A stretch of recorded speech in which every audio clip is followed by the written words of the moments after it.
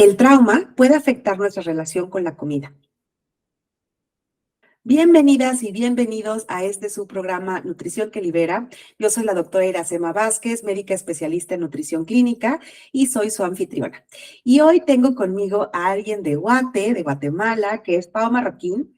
A ella la conocí en su podcast, conocí el podcast en redes sociales y recomendada por la página de Alicia, y empecé a seguir su podcast y luego la empecé a seguir. Ya la seguía a ella en redes hace mucho, pero empecé a enfocarme más en su trabajo desde que puse más atención a su podcast. Y bueno, me encanta cómo comparte con Anita, entonces ahí me gusta mucho cómo comunican, y bueno, la invité y afortunadamente aceptó y estamos aquí reunidas. ¿Cómo estás, Pau?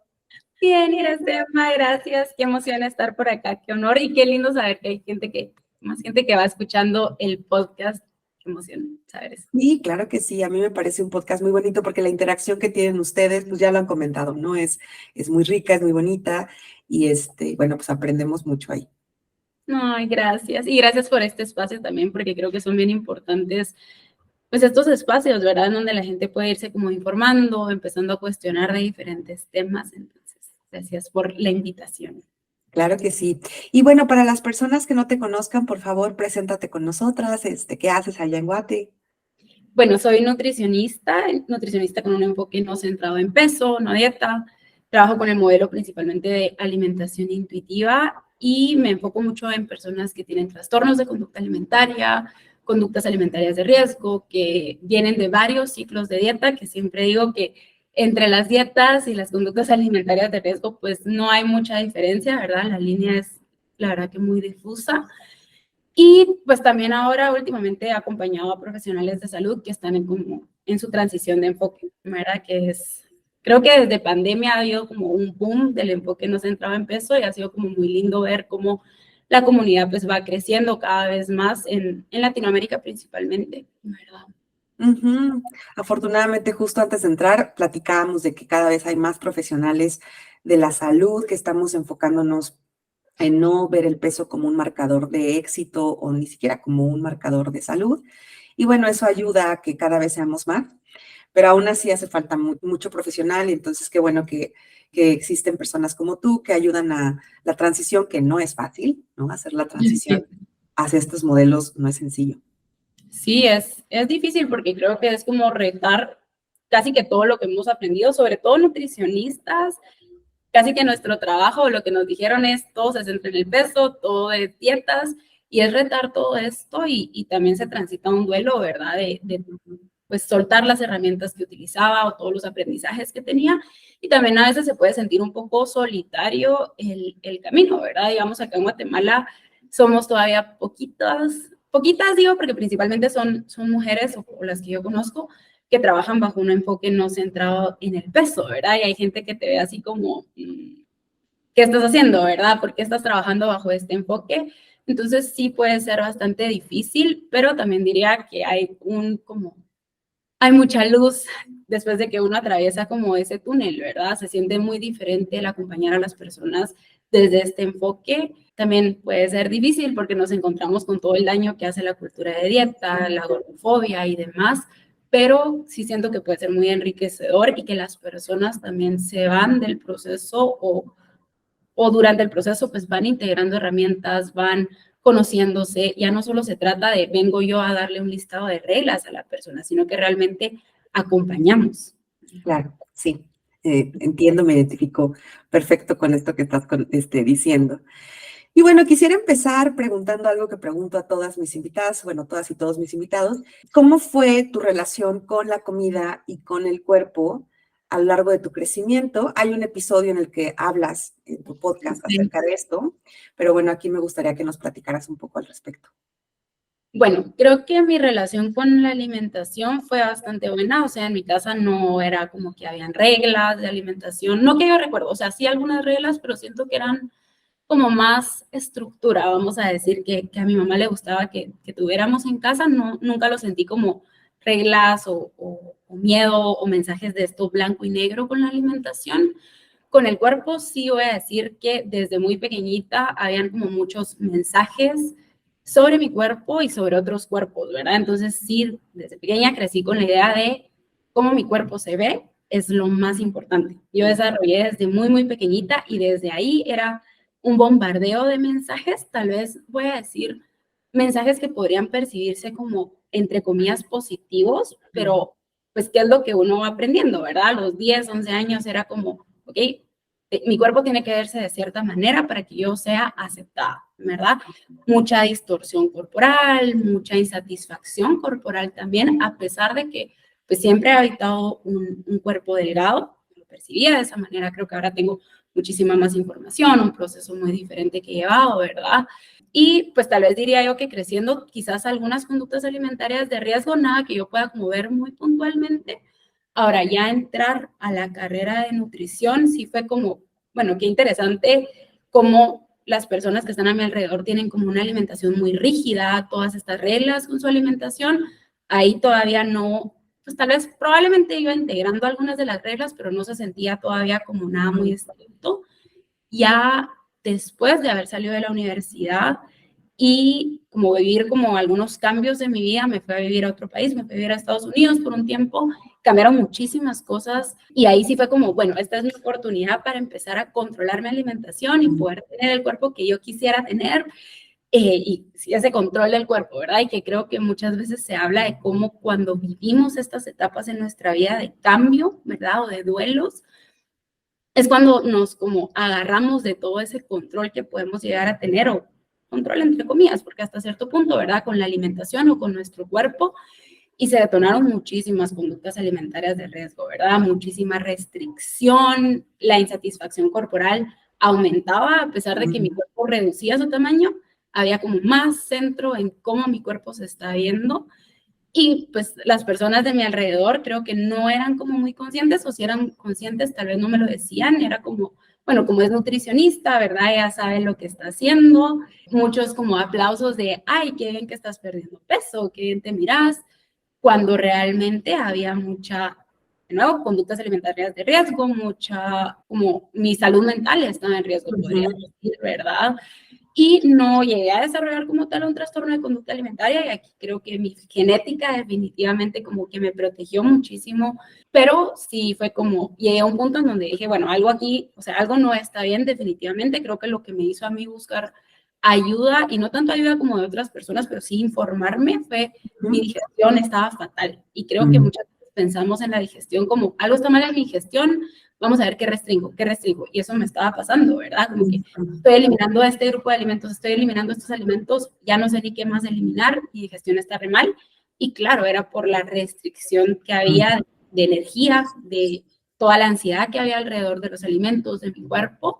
Y así fue como me topé con alimentación intuitiva, ¿verdad? O sea, ya no me recuerdo cómo estaba buscando y me topé con un episodio de un podcast que siempre lo recomiendo, que habla de cómo las, como dietas, no dietas restrictivas, como esta alimentación eliminatoria, vamos a decir, como cuando hay condiciones de salud o condiciones gastrointestinales, ¿verdad? El impacto que llegan a tener, y ahí fue como, wow, o sea, son las restricciones lo que están afectando realmente en cómo yo me estoy sintiendo. Y empecé a informarme muchísimo más, a empezar a también usar las herramientas en mi proceso, que fue bastante difícil. No fue como, wow, ya sé que son las restricciones lo que están afectando y mágicamente esa relación cambia, sino que pues, fue un proceso, ¿verdad? De ir cuestionándome, informando, exponiéndome muchísimo, ¿verdad? O haciendo así esta experimentación para ir mejorando esa relación con los alimentos y con mi cuerpo, ¿verdad? Pero creo que sí la puntita, o tal vez como que la gota que rebalsó el vaso, fue como esto de, wow, ya no puedo con mi digestión, me está afectando demasiado, y fue darme cuenta de cómo fue como una bolita de nieve que va creciendo, ¿verdad? Porque las conductas alimentarias de riesgo y los TCAs no es que me levanto y ya está todo ahí, sino que es algo que poquito a poquito va apareciendo, ¿verdad? Entonces, eso es un poco de, sí, muy resumida la historia con la alimentación. Muchas gracias. Me identifico mucho contigo con esto de lo que te llevó a buscar otra forma de relacionarte con la comida, es que ya llegaste a un punto en el que ya lo que estabas haciendo no funcionaba. Yo he contado que para mí igual fue de, ya estoy haciendo todo por quererme, adelgazando lo más que puedo y ya estoy en un punto en el que no lo estoy logrando. Entonces, pues lo que estoy haciendo evidentemente no está funcionando y también empecé a buscar en episodios de podcast igualito y me encontré con el episodio, con episodios de justo todo esto de HAES, alimentación intuitiva, y como para ti, ¿no? Fue primero de, caray, ¿cómo crees, no? Que existe todo esto. Y ya después pues, me fue sanando, ¿no? Me ayudó a sanar. Ujú. Sí, sí, por eso estas herramientas son tan valiosas, ¿verdad? Como uno no sabe qué impacto puede tener un episodio de un podcast o un post en redes sociales, porque generalmente creo que ahí es donde llegamos, ¿verdad? Lastimosamente, la mayor parte de información que hay de nutrición, de alimentación, es mucho desde cultura de dieta, desde restricciones. Entonces, qué lindo saber que hay estas herramientas que van siendo como luz en nuestro proceso y nos permiten, o sea, como para nosotras cambiar completamente el enfoque de nuestro trabajo, ¿verdad? Porque algo que también no mencioné fue que yo me había dado una pausa, o sea, yo ya no quería ser nutricionista porque yo ya no podía estar dando planes de alimentación y yo decía, y esto fue antes de que empezaran esas conductas alimentarias de riesgo, yo decía, si yo no hago una dieta, ¿cómo le voy a decir a otras personas que hagan una dieta? Y veía como esa frustración en la gente, esa incomodidad muy grande y no se sentía bien. Yo decía, no, o sea, no voy a poder hacer esto toda mi vida, ¿verdad? Y sí me di una pausa y fue encontrar este nuevo enfoque, bueno, no nuevo, no para mí, pero ya llevaba muchos años, ¿verdad? Pero fue encontrar esto que me dijo, que me hizo como decir, bueno, vuelvo a ejercer como nutricionista porque esto sí se alinea con mis valores, sí resuena conmigo y es como muy gratificante poder acompañar desde un lugar tan diferente. Bueno, y ahora tomando el tema que nos tiene aquí, quería preguntarte si nos podrías definir qué es trauma. Okay. Trauma es pues como lo que sucede en nuestro cuerpo y en nuestra mente cuando hay una experiencia que nos pone en peligro. Creo que muchas veces pensamos en el trauma como la experiencia, ¿verdad? Esta experiencia traumática y si bien hay experiencias que pueden ser potencialmente traumáticas, no es la experiencia en sí, sino que qué está pasando en mí. Para muchas personas, por ejemplo, pueden atravesar una experiencia potencialmente traumática y no tener trauma en su cuerpo, porque tal vez tienen herramientas para enfrentarlo, ¿verdad? Tal vez tienen un sistema de soporte muy fuerte, tal vez tienen información que les ayuda a atravesar esta experiencia. Ahora, estas experiencias de trauma pueden ser muy pequeñitas, vamos a decir entre comillas, ¿verdad? O desde fuera las podemos ver como esto es algo muy grande o esto es algo muy pequeñito, pero eso muy pequeñito puede tener un impacto muy grande en el cuerpo y la mente de la persona. Alguna vez he escuchado definiciones como que el trauma no es lo que pasó, sino cómo tu cuerpo recibe lo que pasó, ¿no? O sea, puede ser un estímulo que para mí sea algo pasajero y para ti resulte sumamente impactante y que cambie tu neurobiología, tu forma de comportarte, ¿no? Entonces, por eso alguna vez, no sé si conoces a la doctora Lilia Graue, que es de México, que trajo acá varias cosas, ella decía que no estaba tan de acuerdo con esta definición de trauma pequeño y trauma grande, el trauma con T grande y el trauma con T chica, porque decía, pues finalmente lo que define el impacto del trauma no es lo que pasó, ¿no? Sino cómo lo experimenta cada cerebro, pues cada individuo, ¿no? Uh-huh. Sí, sí, y me encanta su trabajo. Yo de hecho, el año pasado el seminario de justicia social, que no lo dio ella, sino que Gina y, ay, se me fue ahorita su nombre, Lorena, Gina y Lorena lo dieron y muy, muy, muy bueno. Creo que un ejemplo de esto sería como el pesarse, o sea, que cuando vas a una consulta y te van a pesar, o sea, para una persona puede ser como, ay, tal vez me incomoda, no me gusta que me pesen, pero me subo a la balanza y ya, pero para otra persona es como me congelo y no quiero que me pesen y esta ansiedad que aparece por mi cuerpo porque tal vez en algún momento en mi historia este número significó algo.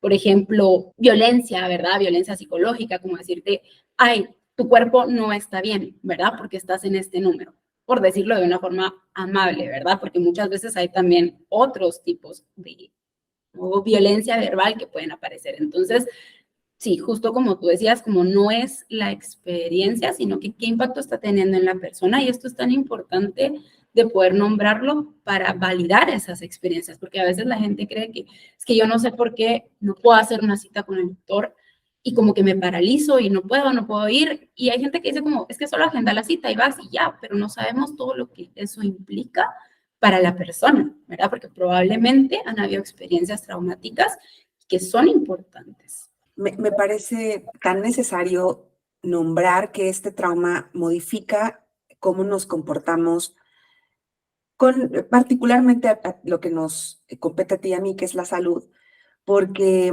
luego juzgamos a los pacientes de que no hacen ciertas acciones como si fueran faltos de cuidado, como si no tuvieran voluntad, como si no...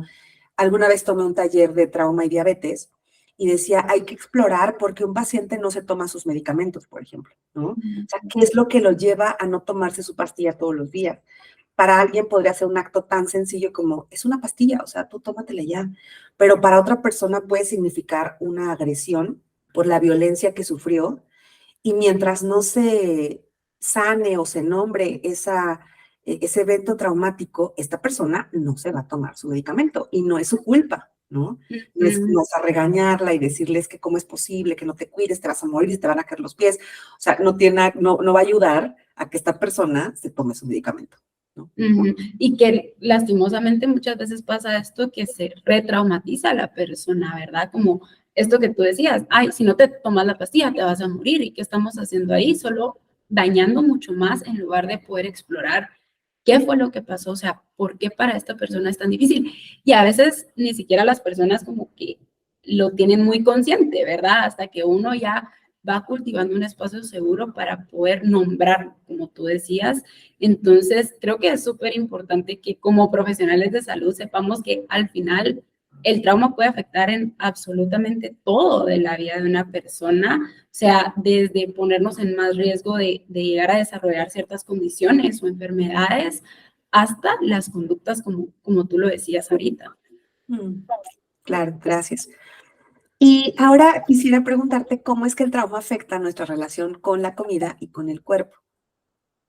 Hay diferentes formas que puede ir apareciendo, ¿verdad? Tal vez vamos a nombrar algunas, como por ejemplo, desconectar de nuestro cuerpo. Y esto quiere decir desconectar de mis señales de hambre, desconectar de mis señales de saciedad, incluso del placer, ¿verdad?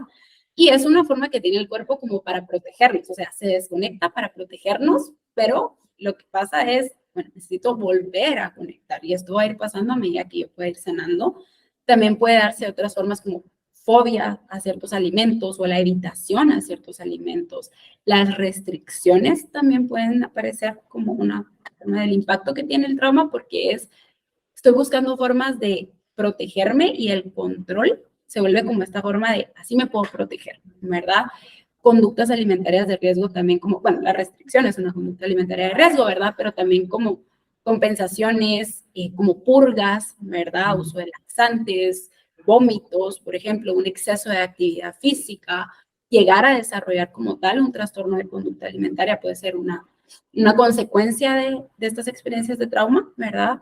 Lo que mencionaba ya de llegar a desarrollar ciertas condiciones o enfermedades crónicas no transmisibles puede ser, también puede venir influenciado por el trauma, no estamos diciendo que solo es por esa experiencia, pero es algo de lo que va impactando. Problemas digestivos también, ¿verdad? O sea, ahora se diagnostica muchísimo con colon irritable, por ejemplo. Entonces pueden haber como estas experiencias detrás. Entonces esas son algunas de las formas. Entonces no solo como en conductas como hablamos, sino que también en qué está pasando dentro de mi cuerpo. Incluso esa misma relación que tenemos con los alimentos o con el cuerpo. Fíjate que me parece muy interesante estas investigaciones que han hecho de cómo el trauma no solo afecta, o sea, como que podría ser que una persona dijera, claro, si experimentó trauma, pues sus conductas van a ser diferentes. A lo mejor, que no todo el mundo lo ve así, pero para algunas personas entender esa conexión a lo mejor es fácil. Pero a mí me parece sumamente interesante cómo el trauma se ha visto que cambia la estructura cerebral, o sea, el tamaño de la amígdala, que tiene que ver con el enojo, el hipocampo, que tiene que ver con la memoria, en los lóbulos frontales que tienen que ver con esta interacción con lo social y la capacidad de hacer ciertas funciones ejecutivas.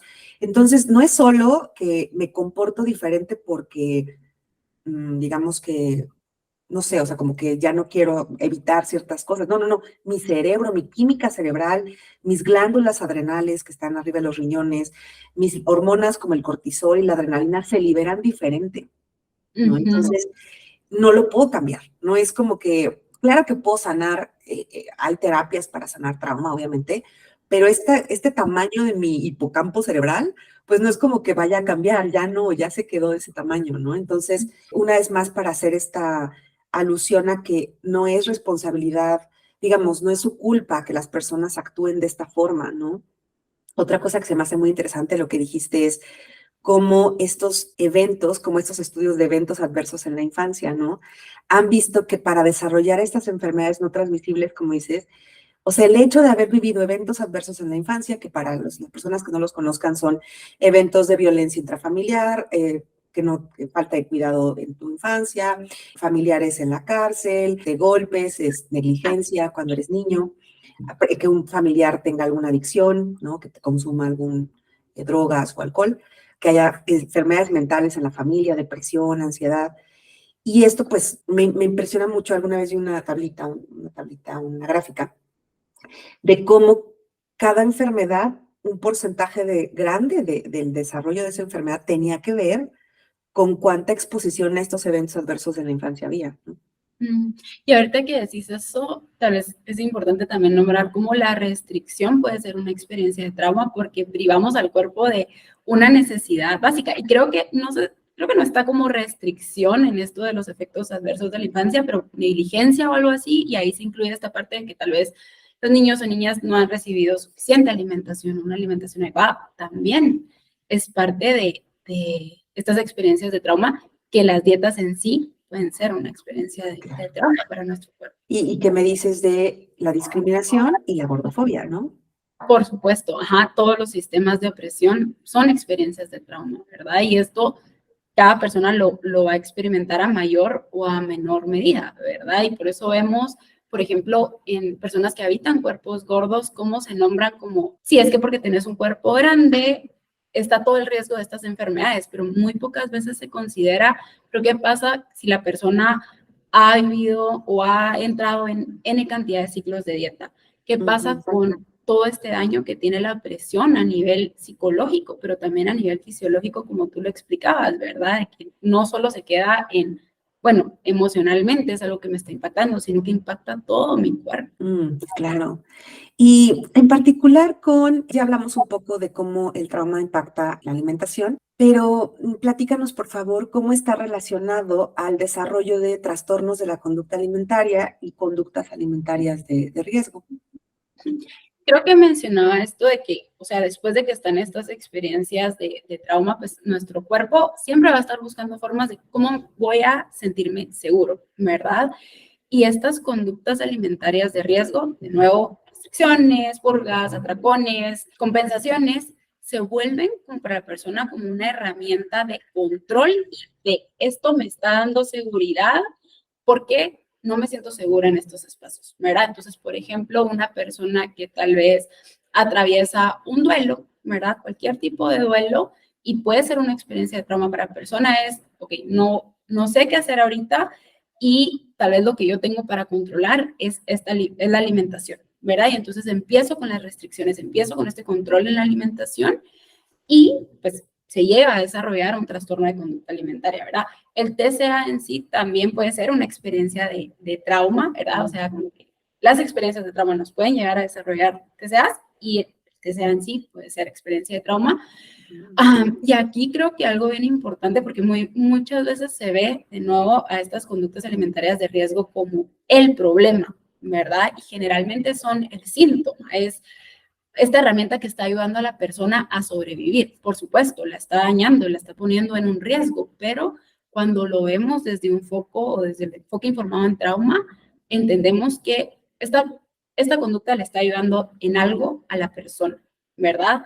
Y necesitamos ver qué hay en el fondo, qué es lo que realmente está dañando y cómo podemos integrar nuevas herramientas antes de solo decir, vamos a quitar, por ejemplo, enfoquémonos en solo quitar los atracones, enfoquémonos en solo quitar los vómitos, ¿verdad? ¿En qué le están ayudando a la persona? Porque de alguna manera le están ayudando a regularse, le están ayudando a sobrevivir, que puede ser complejo entenderlo, pero creo que es muy compasivo verlo desde este lugar, porque como tú decías, no es que las personas conscientemente estén diciendo, quiero hacer esto. La mayor parte de personas no se siente bien en sí con estas conductas alimentarias de riesgo que están, pero de nuevo sirven como una herramienta.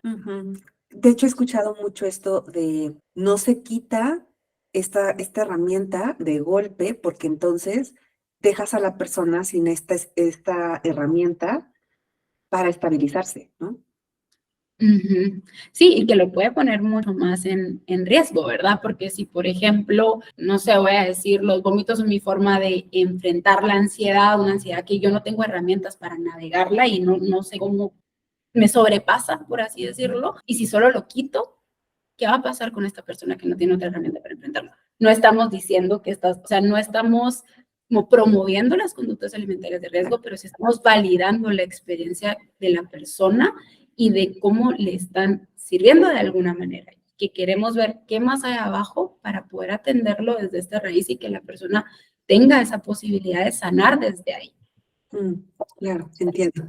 Y justo creo que por eso hacen falta profesionales de la salud como tú, que estamos informadas en trauma, porque si no, buscando hacer como un bien, podemos dañar mucho a las pacientes, ¿no? O sea, como podemos retraumatizar, podemos dejarlas sin recursos y esto psíquicamente es súper fuerte, ¿no? O sea, si ya no vomito, ¿qué hago? ¿No? ¿Qué hago con esto que estoy sintiendo tan fuerte? ¿No? Sí, las dejamos sí, como tú decías, sin estos recursos, o muchas veces incluso las personas todavía están en estos espacios de peligro, ¿verdad? Y entonces, si por ejemplo, para una persona que habita un cuerpo gordo, la dieta se está volviendo esto que me está ayudando a mí a estar en un cuerpo un poco más aceptable, que lastimosamente vivimos en un mundo muy gordofóbico, y si yo solo le digo a la persona, no, las dietas no funcionan, hay que quitar la dieta, hay que dejar de restringir, pero la persona no tiene o sea, no tiene las herramientas para enfrentar el bullying que tal vez recibe, ¿verdad? Puede ser incluso esto me está permitiendo tener un trabajo para tener acceso económico para poder sobrevivir. Entonces, creo que sí es bien importante esta parte de conocer y como verlo otra vez, desde este lugar informado en trauma, nos permite saber de que al final lo que está buscando nuestro cuerpo es seguridad. Muchas veces como que sí, estas herramientas nos van a dañar, entonces, ¿cómo podemos buscar otras formas de que nuestro cuerpo esté seguro? Y bueno, tú como nutrióloga, ¿cómo abordas el trauma en estos enfoques no centrados en el peso cuando trabajas con individuos que tienen trastornos de la conducta alimentaria?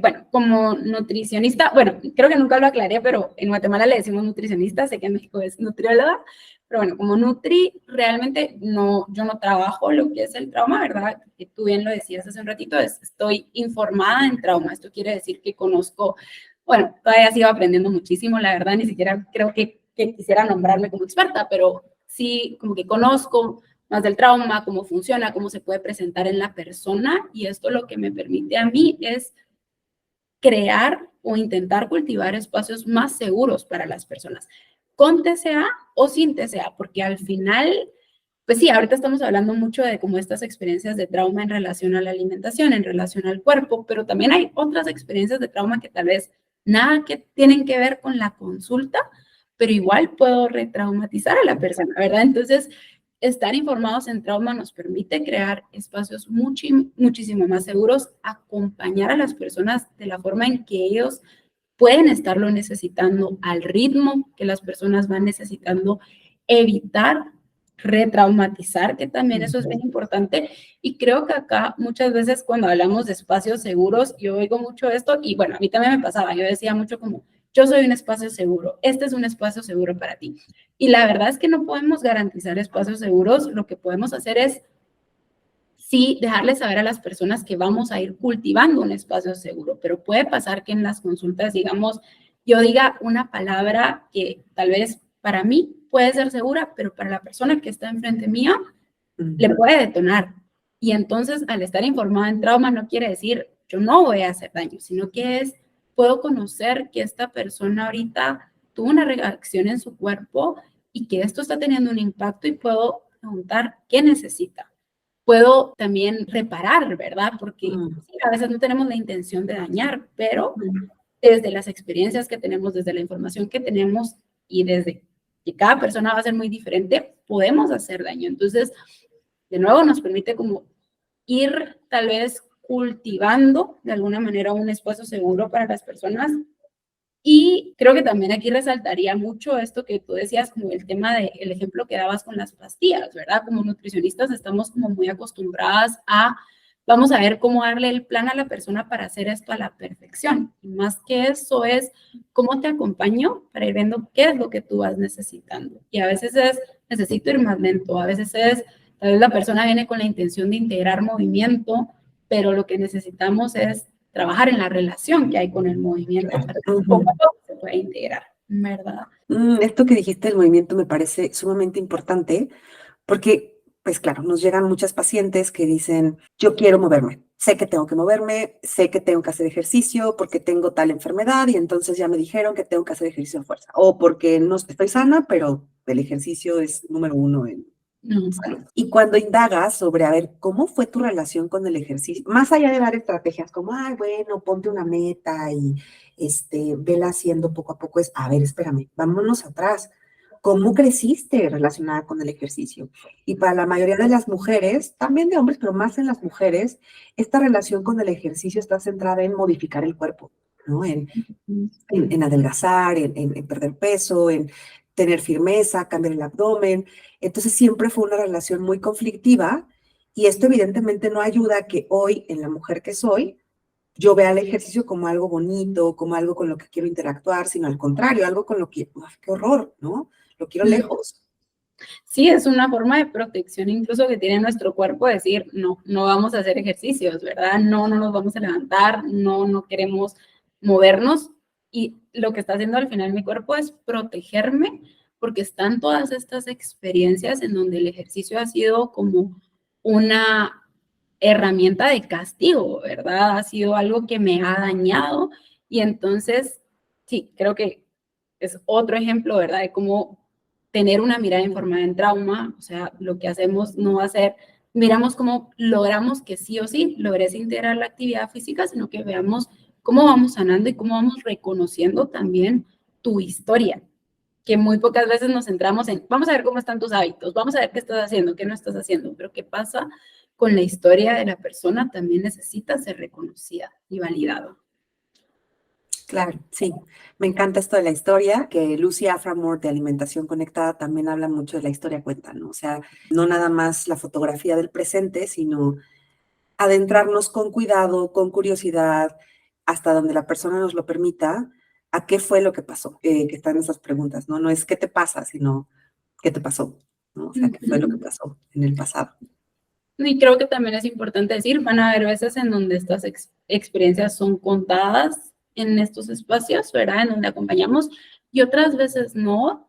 Y también eso está bien, ¿verdad? Es como reconocer bueno, a veces las personas no quieren ir a esa historia, o con nosotros, pero en otros espacios sí, ¿verdad? Entonces también es otra parte de, estoy haciendo un espacio seguro para ella porque necesita no ir a ese lugar, por ejemplo. Sí, sí, y has repetido mucho esto del espacio seguro y creo que es algo que se agradece mucho, ¿no? Incluso platicaba con una nutrióloga que estoy acompañando también en la transición y le decía, a veces el nombrar, este espacio es un espacio seguro donde no se te va a juzgar, no se te va a regañar, no se te va a humillar, el verbalizarlo para los pacientes y las pacientes, sí calma, ¿no? O sea, es como, ok, yo lo percibo como seguro, obviamente se tiene que sentir, pero el que me lo digan también ayuda, ¿no? O sea, aquí no soy objeto de burlas o de críticas o de humillación, que sí pasa en los consultorios, ¿no? Y me encanta lo que decís de se tiene que sentir y a veces lleva un tiempo, ¿verdad? Porque yo siempre le digo a la gente como en la primera sesión, como dejarle saber, entiendo que tal vez ahorita se puede sentir incómodo estar acá porque tus experiencias quizás con otras nutricionistas no han sido experiencias agradables o han sido experiencias en donde ha habido violencia, por ejemplo, verbal o algún tipo de violencia. Entonces, la idea es que en el camino, poco a poco, cuando vengas acá, se vaya sintiendo así en tu cuerpo, que se vaya sintiendo en tu cuerpo como esa calma, ¿verdad? Y también ofrecer como profesionales de salud, ofrecer el espacio para que las personas nos puedan dejar saber cuando algo no se está sintiendo seguro, para ver cómo podemos modificarlo, ¿verdad? Porque de nuevo somos seres humanos y estamos en constante aprendizaje y tenemos experiencias muy diferentes. Claro. Pero bueno, tener esta apertura, ¿no? De recibo tus sentimientos, tus emociones, tu punto de vista y no me voy a, sobre todo esto que se dice, ¿no? Fuera de este papel de yo soy la profesional de la salud, soy una autoridad y tú eres un paciente que no sabe lo que está haciendo, entonces esta relación como desequilibrada, sino al contrario, somos dos seres humanos con nuestras historias y te recibo y recibo lo que tú me puedas decir acerca de si no te sientes segura en este espacio, si no te gustó algo que dije, pero que como estábamos comentando, que la paciente lo sienta, ¿no? Y nos ha pasado seguramente a muchas personas que hemos ido a consultorios con médicas, con nutriólogas, con psicólogos, que no se siente que puedas comentarle algo, ¿no? Es como, no, si con esta persona le digo algo, se va a enojar, me va a ignorar, ni me voltea a ver, ¿no? O sea, como que uno siente cuando está esa relación empática. Sí, sí, o incluso llegar a sentir miedo cuando se supone que somos los profesionales de salud que vamos a dar las herramientas, que pues, vamos a dar la información, que vamos a acompañar y que vamos a ayudar a las personas y lastimosamente se ha vuelto algo de, tengo miedo de ir con profesionales de salud. Ahora te quisiera preguntar, justo hablando sobre esta línea, ¿en qué medida el no reconocer las experiencias de trauma como un factor que contribuye a los trastornos de la conducta alimentaria afecta la atención médica y terapéutica tradicional? Creo que hemos nombrado varias de ellas, algunas que tal vez voy a ir como repitiendo, es como uno, esto de que hablábamos de nos enfocamos tanto en el síntoma y no estamos viendo qué es lo que realmente está dañando o lo que realmente está afectando y entonces tal vez se le imposibilita a la persona como esta parte de poder sanar, ¿verdad? Y lo veo mucho en trastornos de conducta alimentaria, en donde se habla mucho de esto de, sí, las personas no llegan a una recuperación total, pero no llegan a una recuperación total, ¿por qué? Porque solo estamos buscando quitar síntomas, porque solo nos estamos enfocando en que la persona llegue a cierto peso o que la persona deje de tener ciertos síntomas. Entonces, creo que esa sería una invalidación de las experiencias que las personas van teniendo y la retraumatización, que lo decíamos ahorita, ¿verdad? O sea, que no exploramos la historia de la persona o que no preguntamos o que solo recomendamos y solo decimos, bueno, tienes que hacer esto y ya, versus por qué no estás logrando hacer esto, ¿verdad? No desde un lugar de juicio, sino que desde un lugar de veamos qué es realmente lo que tú estás necesitando. También lo que mencionábamos de que quitamos herramientas, ¿verdad? O sea, vamos, no solo quitamos las herramientas, sino que juzgamos también a la persona por cómo está como logrando sobrevivir y encima de eso es quito esas herramientas sin ver realmente qué estás necesitando, qué otras herramientas podemos brindar para tu proceso y esta parte de reconocer la historia. Y que no ofrecemos esto que hablábamos de esos espacios seguros que las personas van necesitando, ¿verdad? Creo que serían algunas. Sí, estoy muy contenta de escuchar esto porque creo que si profesionales escuchan estos episodios, si tú eres un paciente, pues vas a saber lo importante que es tu historia, pero si eres un profesional de la salud, puedes reconocer lo importante que es que crees estos espacios, que no te tienes que hacer experta en trauma, no tienes que leer todos los libros de trauma que existen, nada más saber que existe, que impacta en tus pacientes y que tiene que ser parte de algo que tengas consciente.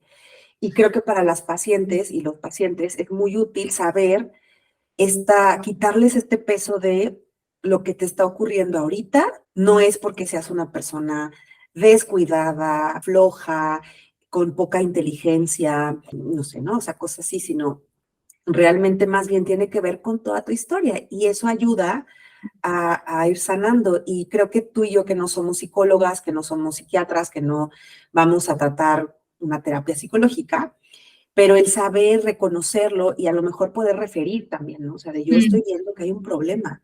Entonces, este problema es fuerte, ¿Qué te parece que exploramos que vayas a una terapia psicológica? Pero si yo, como una persona sin empatía, como un tratante sin empatía, le digo sin mirarle a la cara, pues vete al psicólogo, realmente pues eso no va a tener ningún efecto, ¿no?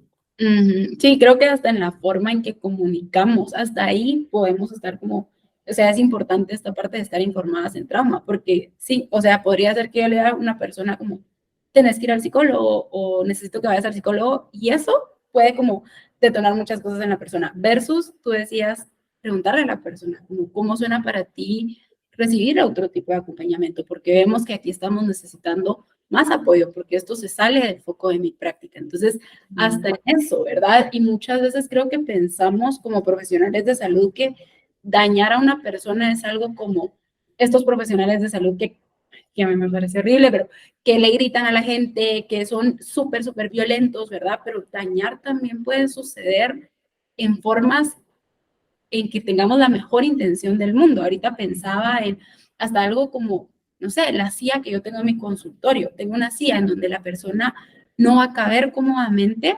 Puede ser que ahí esté retraumatizando a la persona, aunque yo sea lo más compasiva del mundo con esta persona, porque ¿cuál va a ser el mensaje que la persona va a recibir? Yo no soy bienvenida acá. Yo no quiero. Y entonces se están detonando muchas cosas. Entonces creo que como profesionales de salud es tan importante estar haciendo constantemente esta observación de, bueno, cuáles son las creencias que yo tengo, cómo estoy acompañando a las personas, cómo las personas están recibiendo ese acompañamiento, escuchar las experiencias de personas que han sido atravesadas por estos sistemas de opresión, porque entonces eso nos permite aprender. No solo se trata de aprender desde la teoría o informarnos o meterme a todos los cursos posibles, sino que será que también estoy escuchando las historias, que eso es muy, muy importante. Qué bien. Y bueno, pues ya vamos terminando este episodio. Quisiera preguntarte que nos platicaras de tu podcast, que nos platicaras de tu trabajo, qué personas pueden acercarse a ti, qué tipo de consulta das, por favor, para que más personas se acerquen a una consulta informada en trauma. Gracias. Bueno, mi podcast se llama La Segunda Porción, que lo hacemos en colaboración con una amiga y colega que es Ana Gatze, que también es nutricionista. Nos pueden encontrar en Spotify y en Apple Podcast también, que era de las dos. Y pues, como decía al inicio, ¿verdad? Acompaño principalmente a personas con conductas alimentarias de riesgo, TCAs, y tal vez hay personas que, si digo ahorita conductas alimentarias de riesgo, no van a decir como, bueno, yo no me identifico ahí, pero tal vez para identificarlo mejor es como, si estás teniendo como una relación tormentosa con tu cuerpo, con los alimentos, te puedo acompañar, ¿verdad?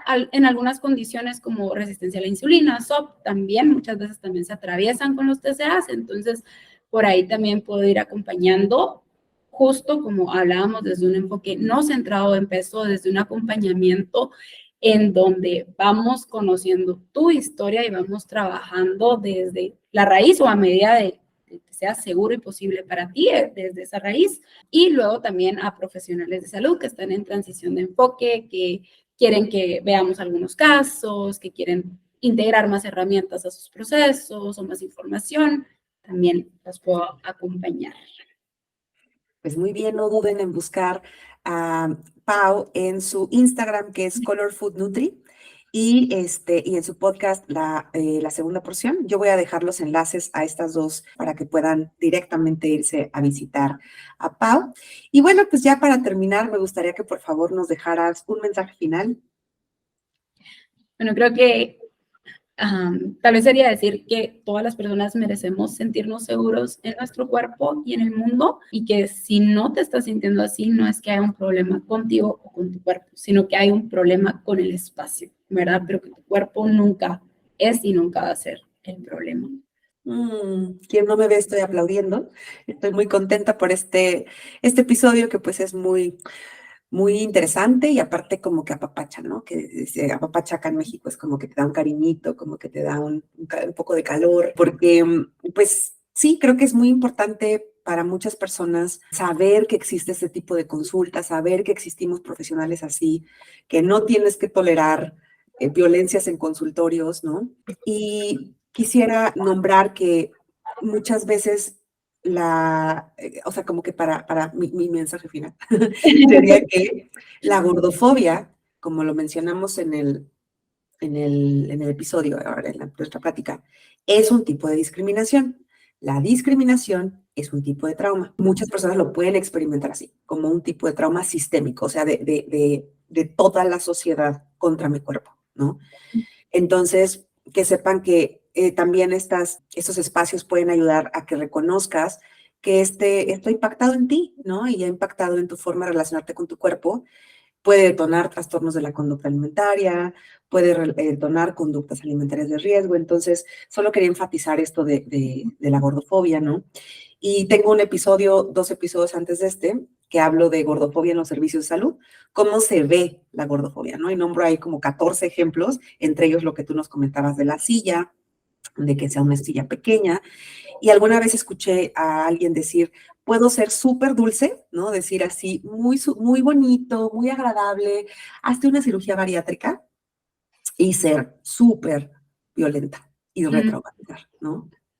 Y qué valioso que digas eso, porque yo creo que tiene mucho poder cuando nombramos cuáles son como los verdaderos problemas, porque tal vez a las personas toda la vida le han dicho, tu cuerpo es el problema, cuando realmente no, sino que es esta violencia que tú has recibido y violencia de una forma como muy, como tú decías, puede ser de una forma muy, entre comillas, dulce, pero es violencia igual. Entonces me parece súper valioso. Y gracias por el espacio, por el tiempo y todo. Me encantó platicar contigo. Igualmente estoy muy contenta de haber platicado contigo, de verdad me encantó esta conversación. Nada más tengo pendiente las formas de localizarte, es tu Instagram, tu podcast, lo pueden algún otro lugar donde podamos buscarte. Bueno, mi página web que es colorfoodnutri.com y mi correo, pero realmente creo que las formas como más fáciles serían por la página web o por el Instagram. Y TikTok también uso, que también es Color Food Nutri. A veces ahí estoy todavía en la lucha, pero sí, principalmente esas. Muy bien, pues yo dejo las ligas para que la puedan visitar en TikTok, Instagram, página web, podcast y que tengan mucho contacto con ella y pues que si quieren hacer una consulta, como las da en línea, pues no solamente es Guate, sino puede ser cualquier lugar de que se Desde puedan cualquier conectar, parte del ¿no? mundo. Me imagino. Bueno, pues muchísimas gracias, de verdad. Me encantó platicar contigo, me encantó el tema que tocamos. Espero volverte a tener algún día por acá, también para que hablemos de alguna otra cosa. Ay, sí, sería bonito que tú vengas a la segunda porción. Ay, yo encantada. Muy bien.